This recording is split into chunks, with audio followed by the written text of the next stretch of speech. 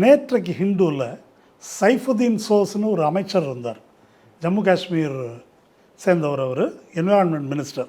அவருடைய மகன் சல்மான் அனீஸ் சோஸ். அவர் வேர்ல்ட் பேங்கினுடைய ஒரு சீஃப் எக்கனாமிக் அட்வைசர். அவர் ஹிந்துவில் ஒரு ஆர்டிக்கல் எழுதியிருக்கார் இதை பற்றி தான். இப்படி 2 கோடு போட்டு இந்த கோட்டை விட அது உயரமாக இருக்குது அப்படின்னு சொல்கிற மேட்ரு கிடையாது இது அப்படின்னு சொல்லிட்டு இந்த ஜிஎஸ்டிபி ஒன்று சொல்லியிருக்காரு.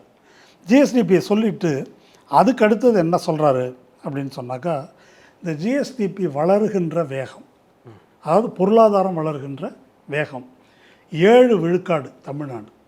அது தேசிய சராசரியை விட அதிகம், வேறு எல்லா மாநிலங்களையும் விட அதிகம்.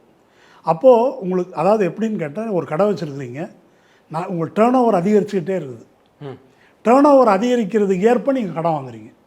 ஓகே, டேர்ன் ஓவர் அதிகரிப்பதற்கு ஏற்ப கடன் வாங்குறீங்க. அப்போ அந்த 7% அதிகரிக்குது அப்படின்னு சொல்கிறாரு.